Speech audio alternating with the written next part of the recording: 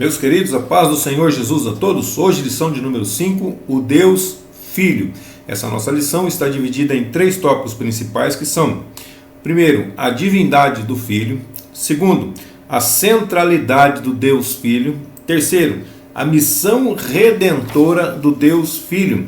Nosso texto áureo se encontra em Mateus capítulo 17, versículo 5, a parte B do versículo, que diz: Este é o meu Filho amado, em quem me comprazo, escutai-o.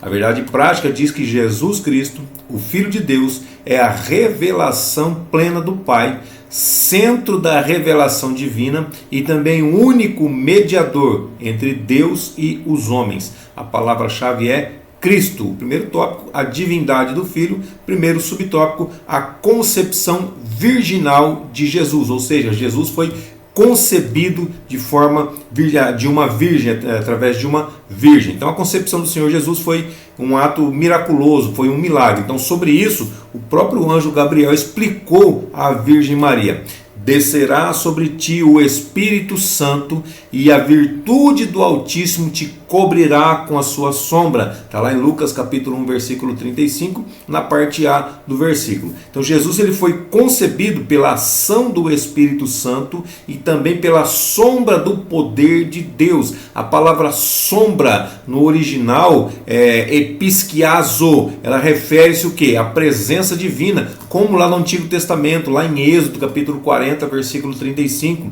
que diz assim: de maneira que Moisés não podia entrar na tenda da congregação, porquanto a nuvem permanecia sobre ela e a glória do Senhor enchia o tabernáculo. E também a palavra virtude aqui, do original grego, é dunamis ou dinamis, que se refere ao poder de Deus, a presença poderosa de Deus que repousou sobre Maria. Então dunamis aqui, ou dinamis, vem de dinamite. Então virtude aqui também fala de poder, do poder de Deus. Então a presença poderosa de Deus, ela repousou sobre Maria. Lucas 1,35, a parte B do versículo agora.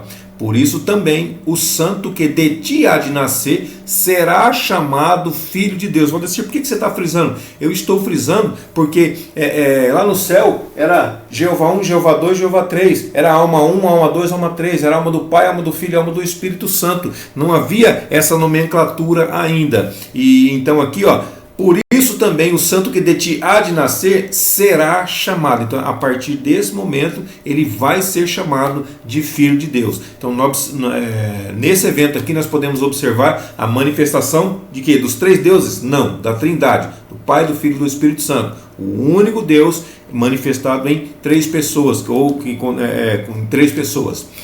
O segundo subtópico fala sobre a deidade absoluta do Filho. Deidade é o mesmo que divindade, tá? Então a divindade absoluta do Filho. Quem é o Filho? Jesus Cristo, isso mesmo. Então o Senhor Jesus Cristo, ele é, desde a eternidade, o único Filho de Deus, e ele também possui a mesma essência e a mesma substância do Pai. Lá a palavra original aqui é homousias, ou seja, da mesma espécie do Pai. João 10,30 revela para nós assim: eu e o Pai somos um. Palavras do Senhor Jesus. Ele e o Pai são um. E João 14,9 também diz assim: e disse-lhes Jesus: estou há quanto tempo convosco e não me tendes conhecido, Filipe? Quem me vê a mim, vê o Pai. Então, quer conhecer o Pai, conheça o Filho. Já está conhecendo o Pai. Então, antes de nascer em Belém de Judá, não é Belém do Pará, não, está em Belém de Judá, o Filho ele já existia. João capítulo 1, versículo 1. No princípio era o Verbo, e o Verbo estava com Deus, e o Verbo era Deus. Então ele foi enviado ao mundo pelo Pai. 1 de João capítulo 4, versículo 9. Nisto se manifestou o amor de Deus para conosco, que Deus enviou o seu Filho unigênito ao mundo. Unigênito é único, tá? Unigênito é único. Ao mundo, para que por ele vivamos. Olha só, Deus ele enviou, irmão, quando a gente envia alguma coisa é porque essa coisa já existia.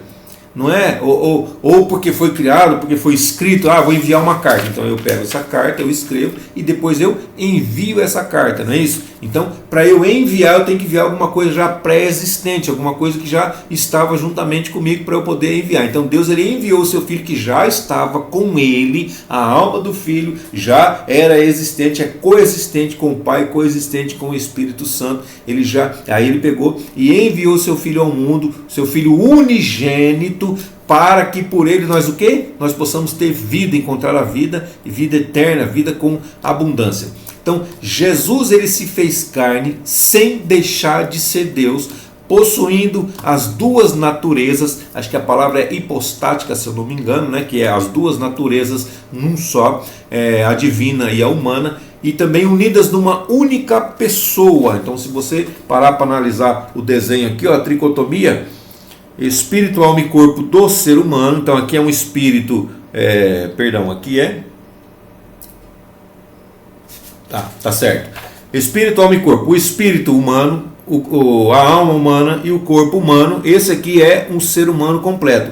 O vermelhinho aqui, ó, quando a pessoa aceita Cristo, o vermelhinho é o Espírito Santo que vem habitar na pessoa. Então o Espírito Santo ele é divino, com toda certeza, né? Então o espírito, alma e corpo do ser humano, eles são humanos. Agora, e de Jesus, como é que é? O Espírito é divino, porque não foi o Espírito que nós falamos aqui que veio fecundar o óvulo de Maria, não é o Espírito. A alma de Jesus já não era pré-existente, que o Pai enviou para poder habitar. Agora sim, o corpo de Jesus é um corpo humano, ficou claro? Quer tirar um print da tela aí? Vou deixar bem próximo para você aí, ó.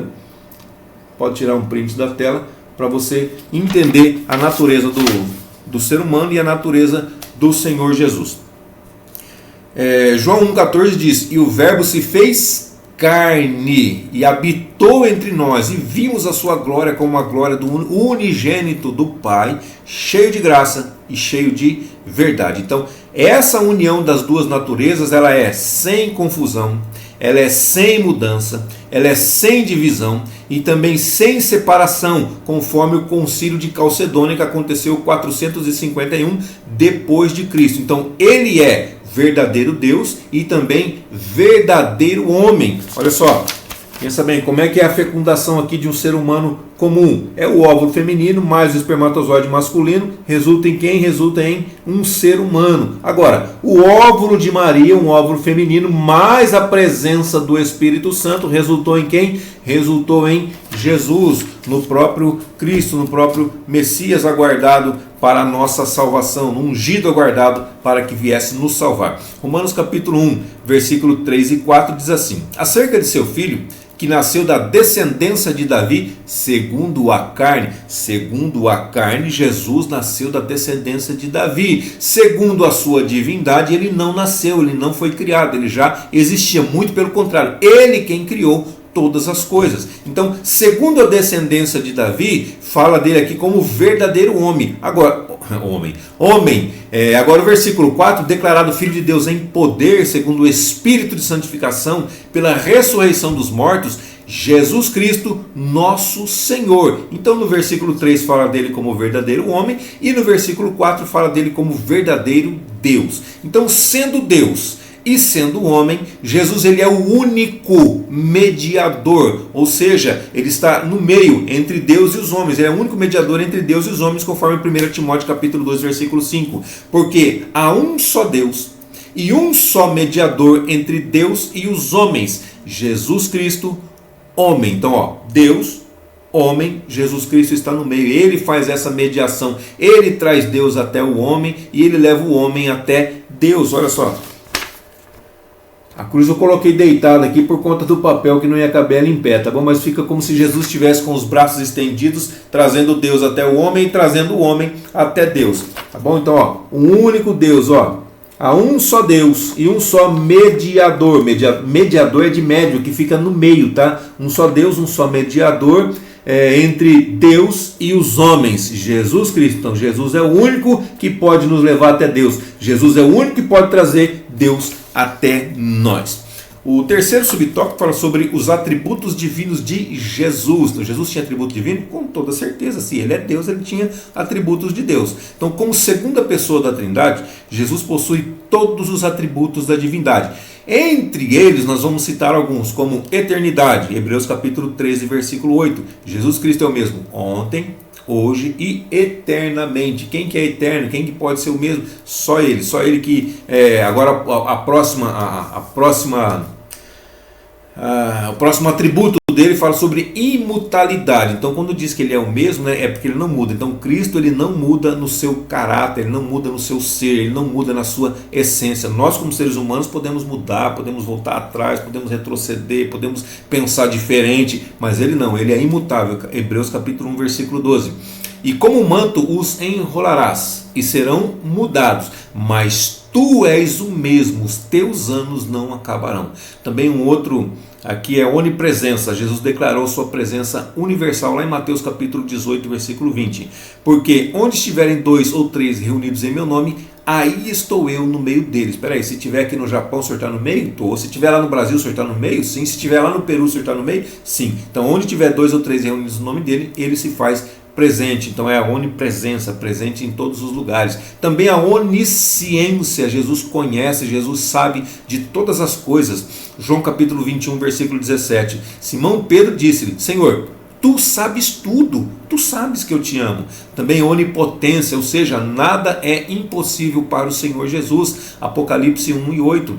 Eu sou o alfa e o ômega, o alfa e o ômega, a primeira e a última letra do alfabeto grego, o Aleph e o Tav, o A e o Z. Então, princípio e o fim, diz o Senhor, que é, que era, que há de vir, o Todo-Poderoso. Então, em resumo, Jesus ele manifesta todos os atributos de Deus.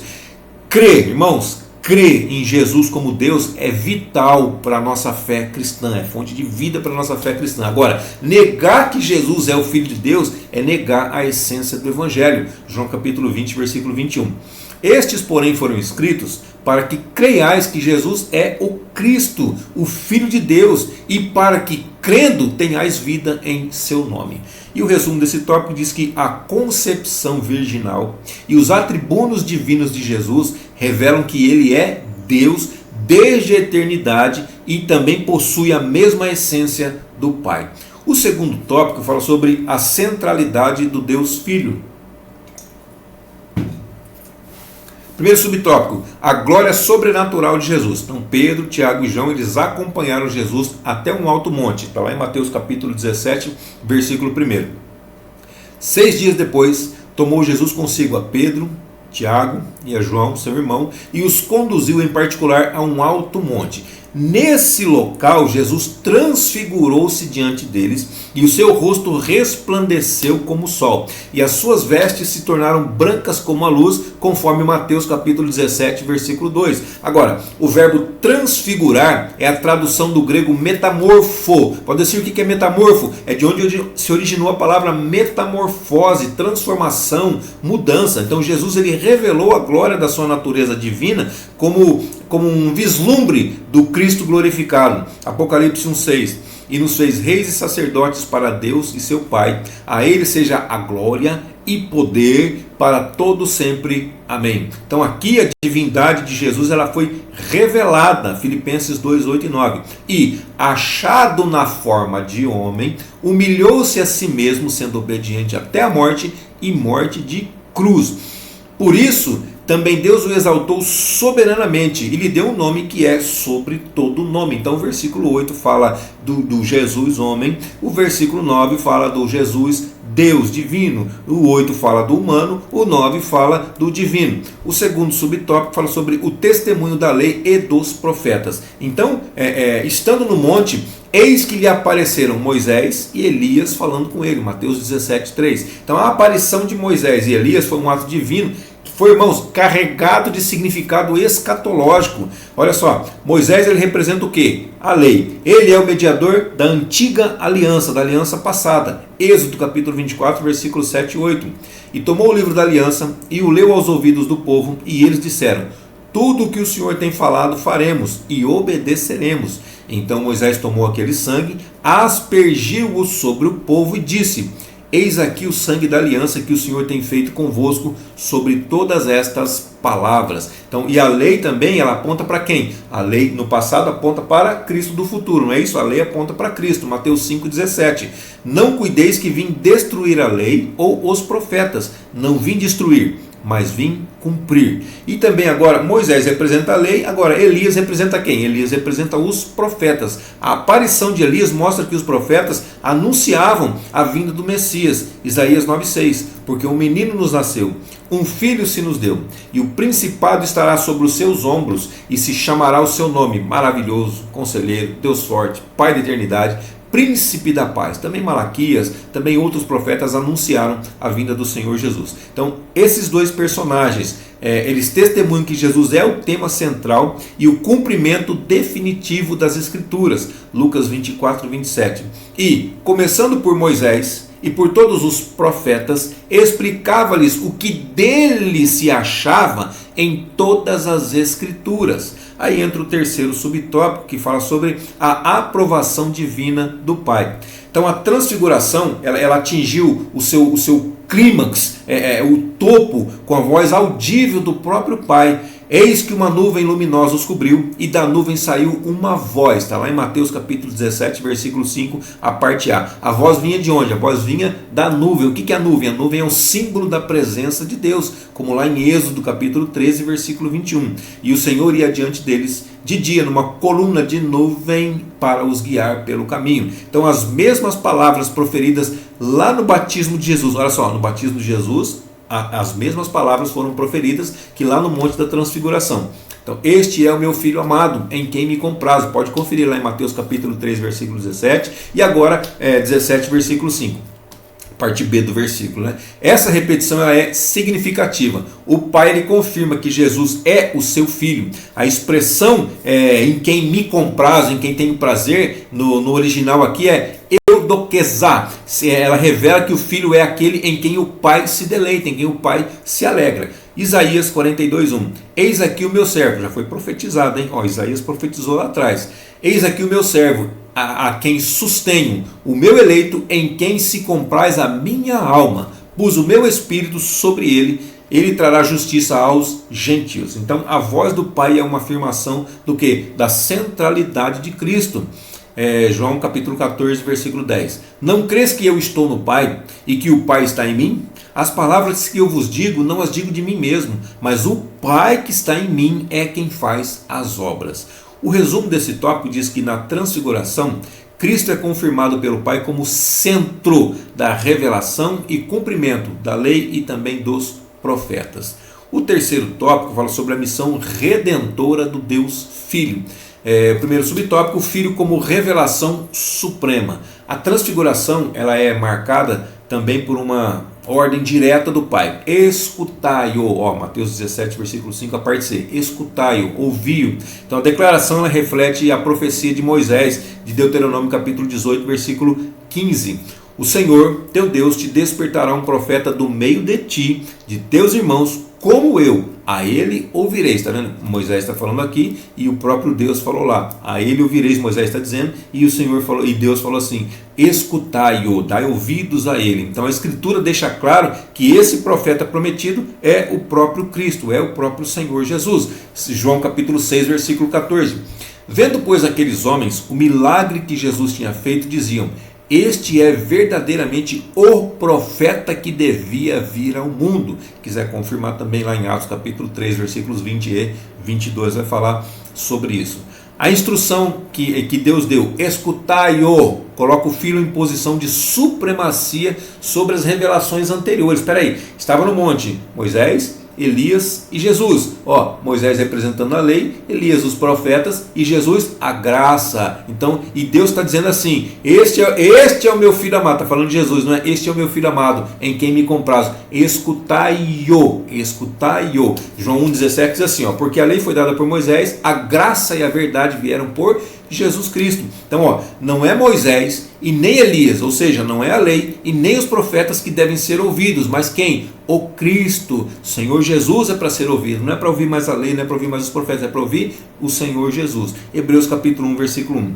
Havendo Deus antigamente falado muitas vezes, de muitas maneiras, aos pais pelos profetas, a nós falou-nos nestes últimos dias pelo Filho. A quem devemos ouvir agora? O Filho. Então esse evento ele sinaliza a transição entre a antiga e também a nova aliança centrada na pessoa do Filho. Hebreus capítulo 10, versículo 1 diz assim: porque tendo a lei sombra dos bens futuros e não a imagem exata das coisas, nunca, pelos mesmos sacrifícios que continuamente se oferecem a cada ano, pode aperfeiçoar os que a ele se chegam. Então, os sacrifícios de animais no Antigo Testamento não podem aperfeiçoar aqueles que se chegam lá para sacrificar. Não pode. Quem que pode aperfeiçoar? Somente Jesus. Somente o sacrifício de Jesus pode nos aperfeiçoar. Então, logo, negar Cristo ou ignorar Cristo é rejeitar a autoridade do próprio Deus. 1 de João 5,12. Quem tem o Filho tem a vida. Quem não tem o Filho de Deus não tem a vida.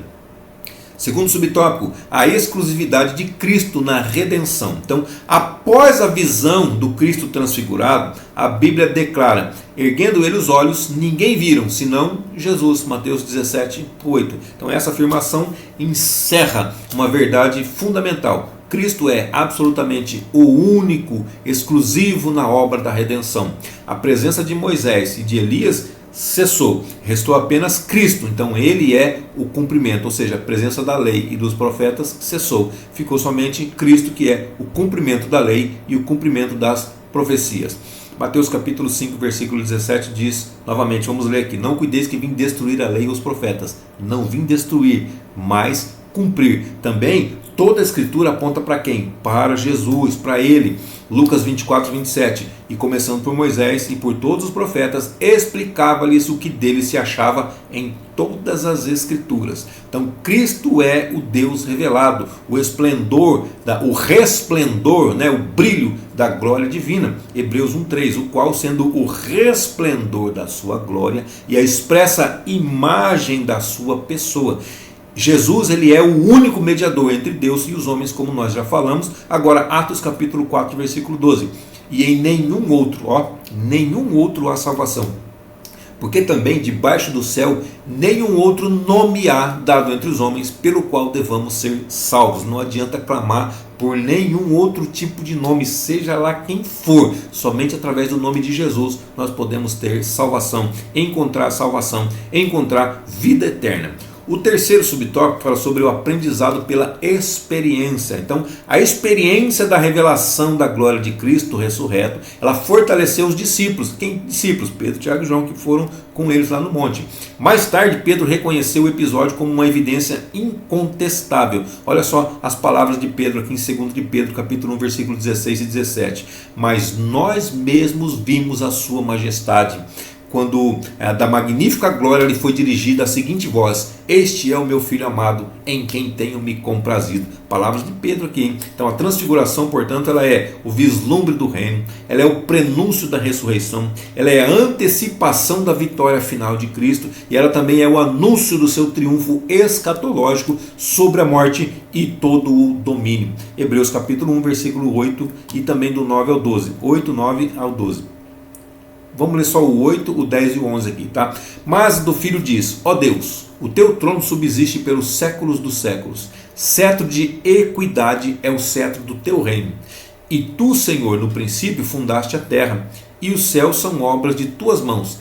Eles perecerão, mas tu permanecerás. Então, diante dessa glória, nós somos chamados a contemplar e também a adorar com fé e esperança. Hebreus capítulo 12, versículo 2. Olhando para Jesus, autor e consumador da fé, o qual, pelo gozo que lhe estava proposto, suportou a cruz, desprezando a afronta, e assentou-se à destra do trono de Deus. E o resumo desse tópico diz que Cristo é o único mediador e salvador. Sua missão redentora é exclusiva e plenamente suficiente. Não é necessário mais absolutamente nada. A missão de Cristo foi o suficiente para nos redimir. E a conclusão da lição diz que a doutrina do Deus Filho traz Cristo como centro. Cristo é a pessoa central. Então, sua divindade, sua glória e a sua missão redentora, elas revelam o coração do Pai e o agir do Espírito. Amém, meus queridos? Deus abençoe sua vida, sua saúde, seu ministério, as suas finanças e até a nossa próxima aula, se assim Deus nos permitir.